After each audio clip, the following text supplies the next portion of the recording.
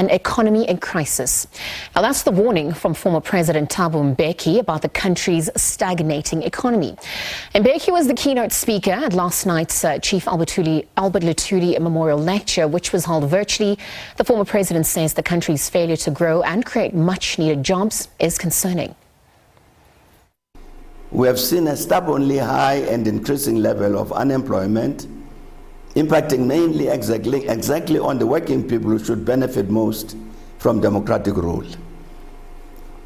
The fourth quarter unemployment rates for various years are as follows. In 2008, it was 21.5,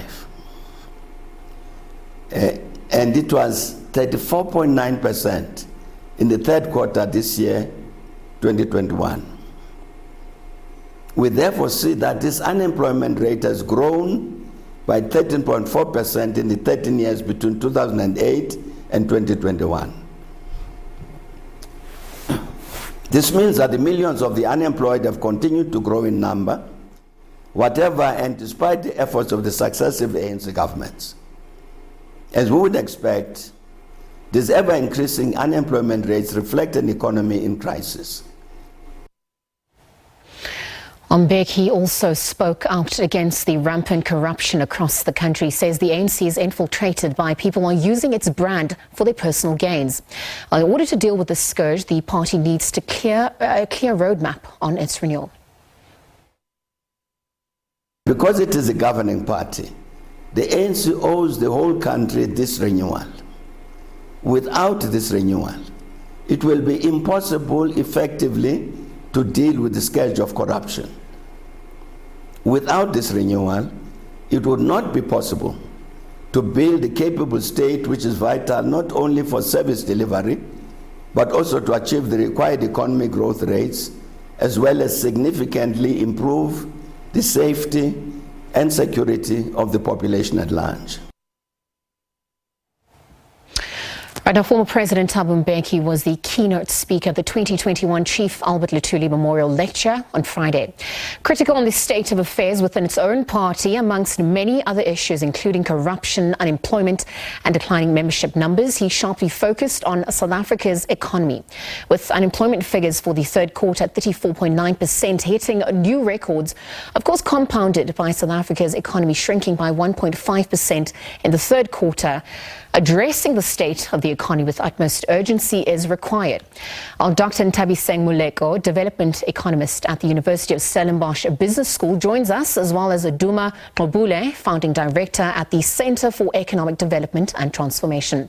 Well, they're here to discuss the state of South Africa's economy and perhaps what it will take to turn South Africa's economy around.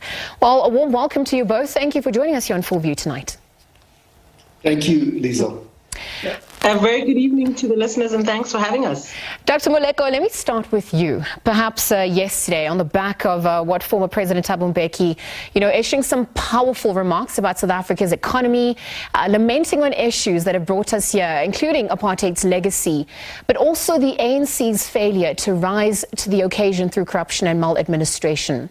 I think my question is, when you look at South Africa's economy right now, where do you place us, and how can we begin to fix it at large?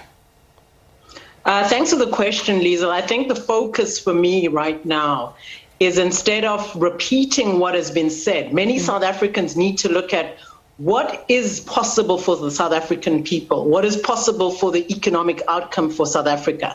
And I think for me, one of the things that I derive my own view for the country is my faith. I strongly believe that we are able to overcome all the quagmire of economic problems that we have, whether it's the triple P of poverty, whether it's the issue of inequality, whether it's the issue of massive unemployment. And I think one of the fundamentals that we need to look at is, what can South Africa yield?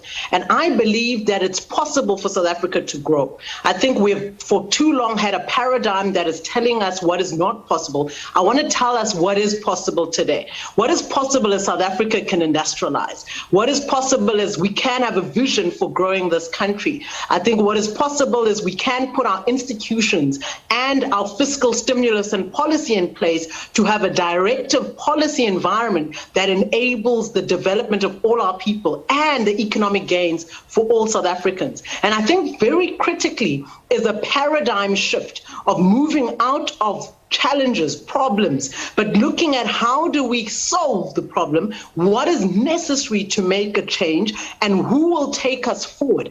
If we need new people to take us forward, new thinkers to take us forward, new efforts to take us forward, so be it. But what we cannot continue to do is drum the same issue of problems and not deal with what needs to be done going forward. So I've got a vision that says South Africa will grow, South Africa will be the breadbasket for the continent, we will see industrialization, we will see innovation, we will see all of our people benefiting from our economy and also being the starting point for the rest of the continent to actually grow and reach and realize her full potential. I believe that is possible for this country. Duma, let me bring you into this conversation. I mean, Dr. Moleko is advocating for a paradigm shift and re-looking at our narratives, how we're framing the current situation in South Africa. My question to you is, are we experiencing a lack of structural transformation in South Africa? I mean, we've been in a precarious economic position even before the pandemic. We had stubborn high levels of unemployment, inequality and poverty that continues to obviously become exacerbated on the back of this COVID-19 pandemic. So how do we begin to implement economic reforms to create sustainable jobs and drive inclusive growth? Okay, Liesl, thank you very much. But first of all, I have to say I really enjoyed the speech by the former president. He talked about three things. Number one was the renewal of the ANC. Number two, rebuilding the economy to create fast economic growth. And number three, something that people don't talk about a lot in South Africa now, is making a contribution towards the renaissance of Africa. And I think that has fallen down we haven't really done that anymore. South Africans have resorted to xenophobia because they don't understand, I think, our role in the continent, that we can't thrive as a country within a context of a region, for example, our SADC region, which is also under stress. Migration in South Africa is a function of unbalanced development in our region. And as in South Africa, we have to lead this process in creating balanced development in a region that will allow us as a country to grow. Now, I agree 100% with Dr. Moleko. I just want to say what the president talked about. He says the unemployment is a symptom of an economy that is in crisis. So I think that is the root of the problem. And he correctly says from December 2008, you must remember that between March 2003 and December 2008, we created 3.1 million jobs. The unemployment rate went down from 40.6% in March 2003 to 28.7% in December 2008. And we created jobs went from 11.7 to 14.8. Now, if you look what he said correctly over the last 13 years, the economy has shed between December 2008 and September 2021, it has shed 500,000 jobs, but the labor force has increased by 6 million people. So what you've seen now is the number of unemployed people has increased to 12.5. We now have unemployment rates of 46.6% for all races, and 51% for Africans, 55.6% for African females, which is shocking. Eastern Cape is 54.5%. Limpopo is 54.5%, youth is 77.4%, and so forth and so forth. So we are now an unviable society, and we have to develop what Dr. Moleko says is a vision to get us out of this crisis. Now, where I disagreed with the president is that he puts faith in this economic recovery plan that was at NEDLEC. I don't want to sound, I've looked at the detail of that plan, and it isn't a proper plan. It is vague. Unemployment is first and foremost a macroeconomic policy issue. When we as a government, the South African government, was investing in its people between 2004 and 2008, when government spends money into the economy grows and we create jobs. So what happened between 2009 and 2019 before the pandemic, the government stopped investing in its people and stopped investing in its people and stopped the economy stopped creating jobs. So if you start looking at this 46.6, what I can't understand is that it is guaranteed to take us above 50% unemployment in the next few years. On this trajectory, we're till 2030, unemployment will continue to increase every year for the next 9 years until 2030. So we have to get out of this crisis now, and as we have to start spending again. And then the second thing is that we need an industrial policy to change the shape, the development path that we're on, so that it creates jobs for the profile of the people, their education level, their skills levels, and not the profile of the people that we wish we had. And I do think we must, so that is what I would say. Yeah. So it's first of all a macroeconomic policy issue, and then second, we must put resources into the economy, and the second thing is an industrial policy issue. Yeah. Dr. Moleko, let me bring you back into the conversation just on the back of what Duma's reiterates. I mean, the IMF has also warned that the fourth wave of COVID-19 infections combined with low vaccination rates in South Africa could lead to harsh lockdown regulations that could further damage public finances and also undermine any economic recovery efforts. I mean, how has the pandemic accelerated our issues, and are there fears of a third recession at this point? I want to just make a very open declaration. We've got to decide and declare as a country there will be no lockdown. There will be no further lockdown that is going to have an effect of a supply shock in our economy, that is going to have a demand shock in our economy on both sides. We've seen the outcome of the effect of an economic shock, both from a household aggregate demand perspective. We've seen the contraction of supply. We've seen a drop in wage earnings. We have seen the contraction over the annual period of a negative 7.2%. We've seen the deduction of tax revenue by over 200 billion from the estimated in the previous financial year, and we also see a decline in output. We've got to systemically declare there will be no lockdown. Once we do that, we can implement a decisive economic strategy. On the back of always discussing a lockdown, we will not be able to enhance productivity. We will not be able to reform the value chains that we need. We will not be able to look at what transformation processes are necessary so that you can enhance production. And more importantly, Liesl, the issue of a decisive economic strategy, we have got to keep repeating until we see a strategy that will take us out of the quagmire. Mr. Kubule talks about an industrialization strategy. What South Africa needs right now is not lockdown. We must shut that. We must declare that's not going to happen. What South Africa needs now is our people contributing to the enhancement of both local productivity, export contribution to GDP, manufacturing value add of all of our manufacturing subsectors, agricultural processing, and an agricultural sector that will be enhanced with the current employment labor force that we have, with the semi-skilled and the very large majority of our non-skilled people.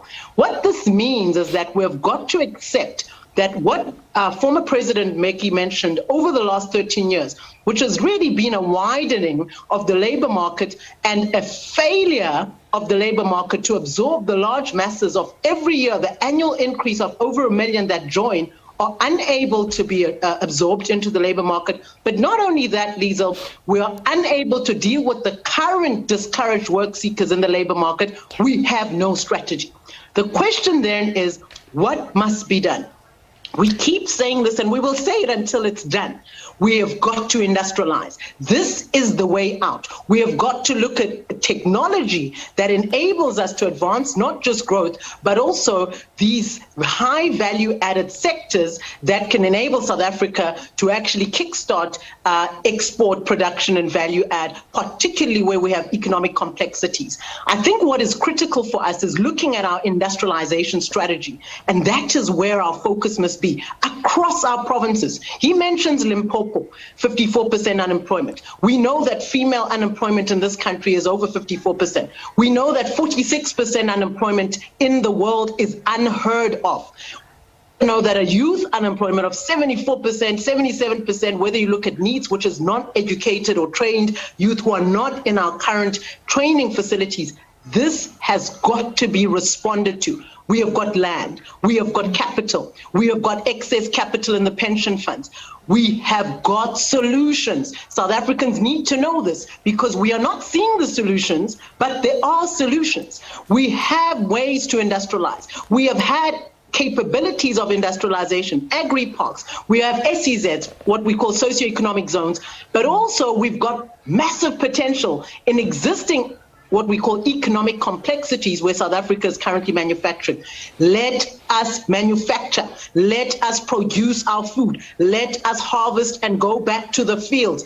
Our people must work. Our people need no longer be dependent. Our people actually used to produce much of what they consumed, not even 30, 40 years ago, in our parents' generation. And I come from the Eastern Cape, and we have fallow land. We have got to go back to basics, South Africans. And we cannot continue along this economic trajectory that is not improving local productivity, that is not industrializing. This is what we have to see. What will this do for us, Liesl? It'll improve our revenue collection. It'll improve all of our fiscal indices. We'll begin to see a collection of revenue and household demand improving. Why? Because people now will have incomes because they'll be working and producing and contributing to the economic value chain of our subsectors. But industrialization has got to be a fundamental underpinning of all of our subsectors. And I think that's what our focus must be as a country. Unfortunately, we've run out of time. Of course, that conversation continues. We'll leave it there for now. Dr. Mbeki, development economist at the University of Stellenbosch Business School, joining us, as well as Duma Qubule, founding director at the Center for Economic Development and Transformation, again discussing the state of South Africa's economy and what it will take to turn South Africa's economy around.